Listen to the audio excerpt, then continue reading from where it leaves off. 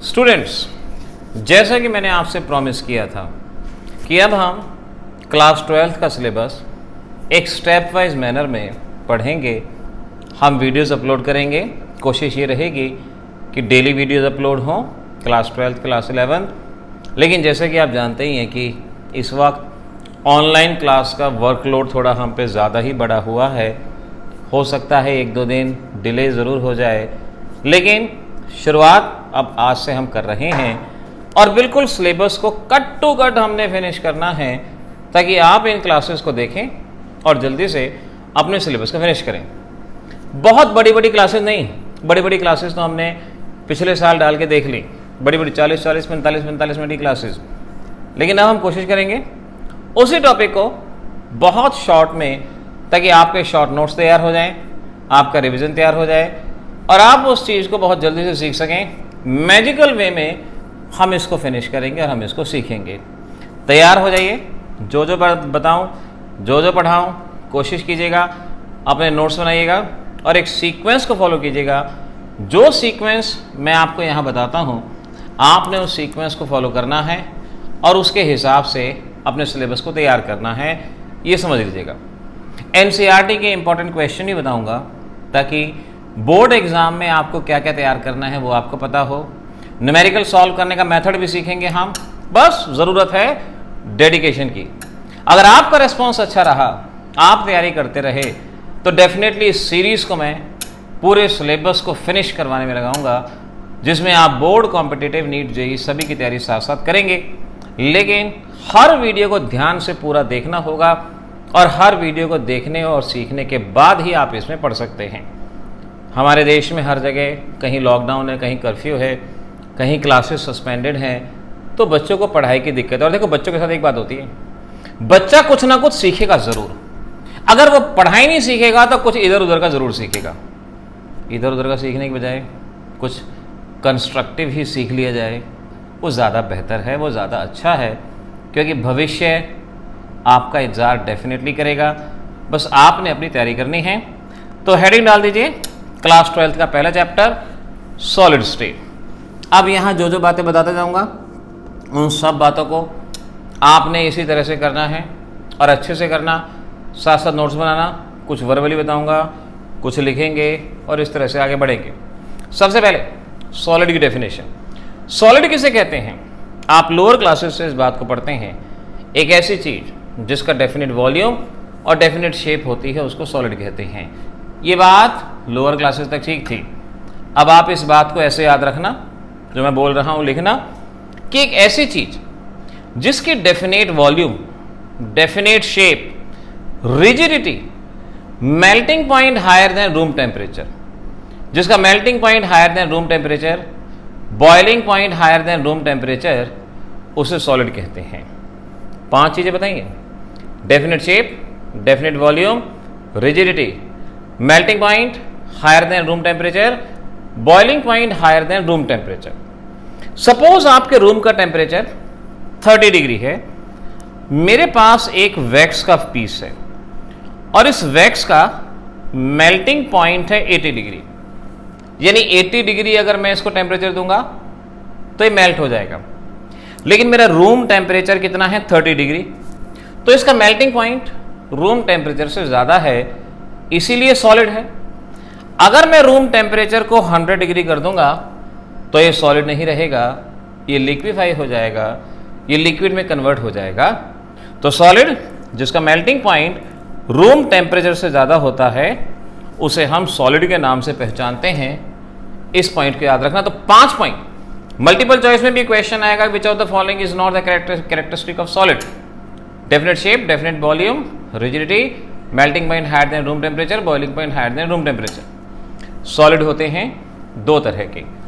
एक है जिनको क्रिस्टलाइन सॉलिड कहते हैं, दूसरा नाम इन्हें ट्रू सॉलिड्स के नाम से भी पहचाना जाता है। लिख लेना, अमorphous सॉलिड, इनका एक नाम और होता है, इन्हें हम स्यूडो सॉलिड्स के नाम से पहचानते हैं, या इनको सुपर कूल्ड लिक्विड के नाम से भी पहचाना जाता है, ये भी इनको कहा जाता है। तो amorphous solid, pseudo solid, super cooled liquid, ये नाम देखो जो जो पॉइंट इन लेक्चर से बता रहा हूं सीधा एग्जाम के पॉइंट है। ऐसा नहीं कि बुक में काफी कुछ लिखा होता है, कुछ काम का कुछ बिना काम का। नो, यहां जो है सब काम का है। इसको ऐसे ही याद करना, ट्रू सॉलिड और वो है सुपरकूल्ड लिक्विड। नाउ अब एक टेबल बना लो कॉपी में, एक तरफ क्रिस्टलाइन सॉलिड, एक तरफ अमरफस सॉलिड। आपको इनके डिफरेंसेस याद करने हैं अपने एग्जाम के लिए। देखो हम एक भी पॉइंट नहीं छोड़ेंगे, इसलिए जो जो हर लेक्चर में हो, न्यूमेरिकल हो या ना हो, लेकिन जो जो बता रहा हूं वो आपने करना है। टेबल बना लो, क्रिस्टलाइन सॉलिड, अमरफस सॉलिड, जो बातें बताता जाऊं पॉइंट बना के लिखते जाना। सबसे पहले क्रिस्टलाइन सॉलिड। क्रिस्टलाइन सॉलिड में लिखो कि ये ऐसे सॉलिड हैं जहां पार्टिकल्स का डेफिनेट अरेंजमेंट होता है। ऐसे सॉलिड हैं जहां पार्टिकल्स का डेफिनेट अरेंजमेंट, जैसे एक तरफ ए, एक तरफ बी, एक तरफ ए, एक तरफ बी, एक डेफिनेट अरेंजमेंट है पार्टिकल का। जैसे स्कूल्स में असेंबली टाइप में आप खड़े होते हैं, एक एक लाइन में, पर्टिकुलर लाइन में, 9th वाले, 8th वाले, 7th वाले, 6th वाले, एक पर्टिकुलर अरेंजमेंट होता है। इनका एक पर्टिकुलर अरेंजमेंट है। अमरफस सॉलिड में नोट करेंगे, लिखेंगे no particular arrangement of particle. Particle का डेफिनेट अरेंजमेंट नहीं है। ए के बाद बी, बी के बाद ए, फिर ए, फिर सारे बी बी आ गए, फिर ए आ गया, यानी पार्टिकल का कोई रेगुलर अरेंजमेंट नहीं है। उसे अमरफस सॉलिड कहा जाता है। कभी देखा ईंट की दीवार बनाई जाती है, ईंटों को एक पर्टिकुलर मैनर में लगाया जाता है, उनका एक डेफिनेट अरेंजमेंट होता है। तो वो जो ईंट की दीवार है वो कैसा सॉलिड हुआ? Crystalline solid. और एक बार 10 ईंट उठाओ, फेंक दो, जैसे मर्जी फेंक दो, किसी भी अरेंजमेंट में, वो डेफिनेट अरेंजमेंट नहीं होगा। उसे क्या कहेंगे? Amorphous solid. तो definite arrangement crystalline solid, no definite arrangement amorphous solid. पहला पॉइंट ये नोट करना। दूसरा पॉइंट देखो, यहां पर लॉन्ग रेंज ऑफ ऑर्डर, इसे क्या कहेंगे? लॉन्ग रेंज ऑफ ऑर्डर, यानी पूरे ए एक तरफ, बी एक तरफ, बी एक तरफ, ए एक तरफ, पूरा ऑर्डर है। जैसे असेंबली में अगर आगे खड़े हो जाओ ना किसी लाइन के, बिल्कुल पीछे तक क्लियर दिखाई पड़ता है, एक ऑर्डर होता है। लेकिन यहां पर लॉन्ग रेंज ऑफ ऑर्डर नहीं है। ए के बाद बी, फिर ए, छोटे छोटे कुछ ऑर्डरली अरेंजमेंट जरूर हैं, लेकिन लॉन्ग ऑर्डर नहीं है। जैसे यहां B A, short range of order कहते हैं और इसे हम लॉन्ग रेंज। तो क्रिस्टलाइन में पॉइंट नंबर 2 लिखना, possess long range of order, और वहां लिखना शॉर्ट रेंज ऑफ ऑर्डर, ये लिखना। अलग से नोट लिखो, अमरफस सॉलिड में ये जो शॉर्ट रेंज ऑफ ऑर्डर है ना, इस शॉर्ट रेंज ऑर्डर को एक नाम दिया जाता है, इसे क्रिस्टलाइट कहा जाता है। This is called as crystallite. This is crystallite. अब एग्जाम में 1 नंबर का क्वेश्चन, डिफाइन क्रिस्टलाइट, जवाब दोगे small order arrangement in amorphous solid. Small order of arrangement in amorphous solid crystallite कहते हैं। कॉम्पिटिटिव में क्वेश्चन आता है मल्टीपल चॉइस में, crystallites are present in crystalline solid और अमरफस। मैक्सिमम केस में बच्चे पता है ना मल्टीपल चॉइस में क्या करते हैं? अक्कड़ बक्कड़ बम्बे बो कहते हैं, CRYSTAL स्पेलिंग में है, डेफिनेटली इससे मैच करता होगा, क्रिस्टलाइन में क्रिस्टलाइट होगा। अब आप समझ जाओ क्रिस्टलाइट कहां है? अमरफस सॉलिड के अंदर, यहां क्रिस्टलाइट प्रेजेंट होंगे। तो आप जो डिफरेंस बना रहे हो टेबल, तीसरा point, amorphous solid possess crystallite, crystalline solid do not possess crystallite, इनमें नहीं होता। एक और पॉइंट जरा ध्यान से, इस सिचुएशन को मैं एक और एग्जाम्पल से बताता हूं। नाउ लेट बच्चों, सपोज हमारी ये सिचुएशन ऐसे है, हमारे पास एक ट्रे है और उस ट्रे के अंदर हमने सॉल्ट और शुगर को डाला, सॉल्ट और शुगर को। एक बार क्रिस्टलाइन के अकॉर्डिंग और एक बार अमरफस के अकॉर्डिंग सॉल्ट और शुगर। लेट येलो पार्टिकल हैं सॉल्ट और ग्रीन पार्टिकल हैं शुगर। येलो पार्टिकल सॉल्ट और ग्रीन पार्टिकल शुगर, एक डेफिनेट अरेंजमेंट है। सॉल्ट शुगर डेफिनेट अरेंजमेंट है, मानोगे ना? और जो डेफिनेट है वो क्या है? क्रिस्टलाइन सॉलिड है, बिल्कुल है। और एक बार अमरफस सॉलिड। अमरफस में रेगुलर अरेंजमेंट नहीं होता, कहीं शुगर है, कहीं भी शुगर है, कहीं भी सॉल्ट है, कोई डेफिनेट अरेंजमेंट नहीं है, कहीं भी शुगर है, कहीं भी सॉल्ट है। Amorphous solid, crystalline solid. अब अगर मैं इसकी प्रॉपर्टी की बात करता हूं, ये सॉल्ट है, ये शुगर है, अगर आप इसको यहां से टेस्ट करते हो, सॉल्टी टेस्ट आएगा क्योंकि पहले सॉल्ट आएगा, सॉल्टी टेस्ट आएगा। अगर यहां से टेस्ट करते हो तो पहले स्वीट टेस्ट आएगा क्योंकि यह शुगर है। यानी यहां से टेस्ट अलग, यहां से टेस्ट अलग, यहां से प्रॉपर्टी अलग, यहां से प्रॉपर्टी अलग। और अगर इधर से टेस्ट करते हो तो दोनों का मिक्सचर आएगा, सॉल्ट भी और स्वीट भी, सॉल्ट भी और स्वीट भी। यानी क्रिस्टलाइन सॉलिड में डिफरेंट डायरेक्शन में डिफरेंट प्रॉपर्टी होती हैं, डिफरेंट डायरेक्शन में डिफरेंट प्रॉपर्टी, यहां से सॉल्ट, यहां से स्वीट। और इस चीज को एक नाम दिया जाता है, इसे एन आइसोट्रॉपी के नाम से पहचानते हैं। तो क्रिस्टलाइन सॉलिड में लिखो एन आइसोट्रॉपी, लिखो मेरे साथ साथ मीनिंग लिखो। Different properties from different direction in crystalline solid is called as anisotropy. Different property in different direction in case of crystalline solid is called as anisotropy. लिख लो। तो anisotropy किसकी प्रॉपर्टी है? Crystalline solid की।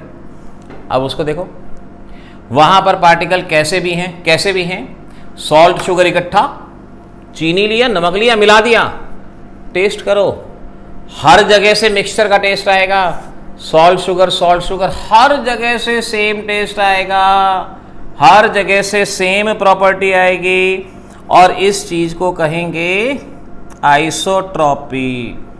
Amorphous solid में लिख लो isotropy definition.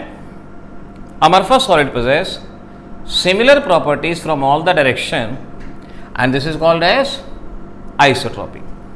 तो ये आइसोट्रॉपी है, ये एनाइसोट्रॉपी है। Point clear? देखो मेरे पॉइंट को मिस मत करना। Anisotropy is the property of crystalline solid and that is the property of amorphous solid. याद रखना, मैंने कहा जो बता रहा हूं ये ऑब्जेक्टिव के क्वेश्चन भी हैं, सब्जेक्टिव के क्वेश्चन भी हैं, हर तरह की तैयारी साथ करेंगे। ऐसा नहीं कि भाई ना ऑब्जेक्टिव की तैयारी अलग होगी, सब्जेक्टिव की अलग होगी, सेम होगी, बस आप नोट्स बनाने वाले बनाओ, साफ बात बनेगी। अच्छा एक और चीज देखो, which of them will give clean cut, ये क्वेश्चन आता है एमसीक्यूज में भी, सब्जेक्टिव में भी। इनमें से कौन क्लीन कट देगा? क्लीन कट का मतलब अगर एक तरफ से तोड़ने की कोशिश करता हूं, बिल्कुल आसानी से सेपरेट होता चला जाए। अब यहां पर क्या है, एक तरफ सॉल्ट, एक तरफ शुगर, ये एक साथ अलग हो जाएगा, ये अलग हो जाएगा, क्लीन कट। एक तरह के सब्सटेंस अलग, एक तरह के सब्सटेंस अलग। लेकिन यहां ये मिक्सचर बना हुआ है, अगर मैं इसको क्लीन कट करने की कोशिश करूं कि सॉल्ट अलग शुगर अलग, नहीं हो सकता। It will give clean cut, it will not give clean cut. तो क्लीन कट कौन देगा याद रखना है, क्लीन कट देगा crystalline solid, amorphous solid clean cut नहीं देगा, इस पॉइंट को याद रखना। तो ये जो पॉइंट बताए हैं, इन सभी पॉइंट्स को साथ साथ याद रखना है, कौन कैसा कट देगा, इस पॉइंट को याद रखना। एक और चीज, आप क्रिस्टलाइन सॉलिड में क्वार्ट्ज का एग्जाम्पल याद कर लो, क्वार्ट्ज, और अमरफस सॉलिड में ग्लास का एग्जाम्पल याद कर लो। मैंने एग्जाम्पल किसी पर्पस से यही एग्जाम्पल लिए हैं, क्वार्ट्ज एंड ग्लास। कोई भी पॉलीमर हो, अमरफस सॉलिड होता है, और क्रिस्टलाइन सॉलिड में मेटल्स भी आते हैं, कोवेलेंट कंपाउंड भी आते हैं, कई आते हैं, मैंने सिर्फ 2 कंपाउंड दिए। अब देखो क्या पाएगा, अगर मैं ग्लास को, या अगर मैं किसी भी सब्सटेंस को स्लो हीट करता हूं और स्लो कूल करता हूं, कोई भी चीज ली, उसको धीरे धीरे हीट करके लिक्विफाई किया और फिर धीरे धीरे ठंडा कर दिया। धीरे धीरे ठंडा करने से क्या होगा, एक जैसे पार्टिकल एक तरफ, अलग अलग पार्टिकल अलग अलग, और एक जैसे एक तरफ। इस प्रोसेस को एनीलिंग कहा जाता है और इस प्रोसेस से बनाए जाते हैं क्रिस्टलाइन सॉलिड। नोट करो, शब्द कहा मैंने एनीलिंग, और एनीलिंग का मतलब लिखो slow heating slow cooling, slow heating slow cooling, and this result in the formation of crystalline solid. लिख लो, this result in the formation of crystalline solid, ऐसे लिखना। और एक और शब्द आता है जिसे कहते हैं क्वेंचिंग। मैं यहां पर लिख देता हूं, फॉर्म क्रिस्टलाइन सॉलिड, ये क्रिस्टलाइन सॉलिड बनाता है। अब दूसरी टर्म है क्वेंचिंग। क्वेंचिंग का मतलब किसी सब्सटेंस को हीट किया और तुरंत ठंडा कर दिया। हीट किया, पानी में डाल दिया, हीट किया, ऑयल में डाल दिया, हीट किया, फ्रिज में रख दिया, तुरंत ठंडा कर दिया। हीट किया, लिक्विड नाइट्रोजन में डाल दिया, तुरंत ठंडा कर दिया। इसे क्वेंचिंग कहते हैं। डेफिनेशन लिखो, slow heating rapid cooling, slow heating rapid cooling. और इस प्रोसेस से बनते हैं अमरफस सॉलिड। अमरफस सॉलिड यहां इस प्रोसेस से बनते हैं। तो एनीलिंग बनता है, आप एनीलिंग से बनता है क्रिस्टलाइन और क्वेंचिंग से बनता है अमरफस। नाउ आज के लास्ट के दो question, how can you convert glass into quartz, आपके एग्जाम का क्वेश्चन। दूसरा, how can you convert quartz into glass, ये दो क्वेश्चन। अब जो मैंने ऊपर इंफॉर्मेशन दी है, बस इस इंफॉर्मेशन के बेसिस पे जवाब देना है। ध्यान रखना है, क्रिस्टलाइन बनता है एनीलिंग से, यहां ग्लास से क्वार्ट्ज बनाना है। ग्लास एक अमरफस सॉलिड है, मैंने बताया। आपने बनाना है क्वार्ट्ज, जो कि एक क्रिस्टलाइन सॉलिड है। क्रिस्टलाइन सॉलिड है, क्रिस्टलाइन सॉलिड बनाना है। कौन सा प्रोसेस? बेधड़क जवाब होगा एनीलिंग। फायदा एनीलिंग हो जाएगा। अगला देखो क्या करना है, ये तो आप खुद ही बता दोगे। क्वार्ट्ज से ग्लास बनाना है। क्वार्ट्ज है क्रिस्टलाइन, ग्लास है अमरफस। आपको अमरफस बनाना है, और अमरफस किससे बनेगा? क्वेंचिंग से बनेगा। तो बच्चों, आज के इस लेक्चर में जो मैंने बताया, इस पॉइंट के अपने नोट्स बना लो, सब कुछ साथ साथ करो। देखो, मैंने कहा ना कि इस वक्त वर्कलोड इतना ज़्यादा है कि आप सोच नहीं सकते। बहुत ज़्यादा लाइव क्लासेस का, डिजिटल कोर्स, इसमें रिकॉर्डेड वीडियोस हैं, उनका कोर्स रहता है, वो बदलने होते हैं। लाइव क्लासेस जूम पे लेनी पड़ती हैं। समय जितना भी मिलता है, आपको मैटर ज़रूर मिलेगा, लेकिन वो मैटर आपने पूरा का पूरा एज इट इज़ नोट करना है, उसमें कुछ भी स्किप नहीं करना। ठीक है, आज की क्लास इतनी। This was the class number 1। Will meet in class number 2 most probably tomorrow और डे आफ्टर टुमारो। कोशिश करेंगे हर रोज आएं। बाय चांस गलती अगर हो जाती है, कोई बात नहीं, एक दिन छोड़ के आएंगे, लेकिन इतना जरूर है, सिलेबस पूरा करेंगे। Bye bye, all the best.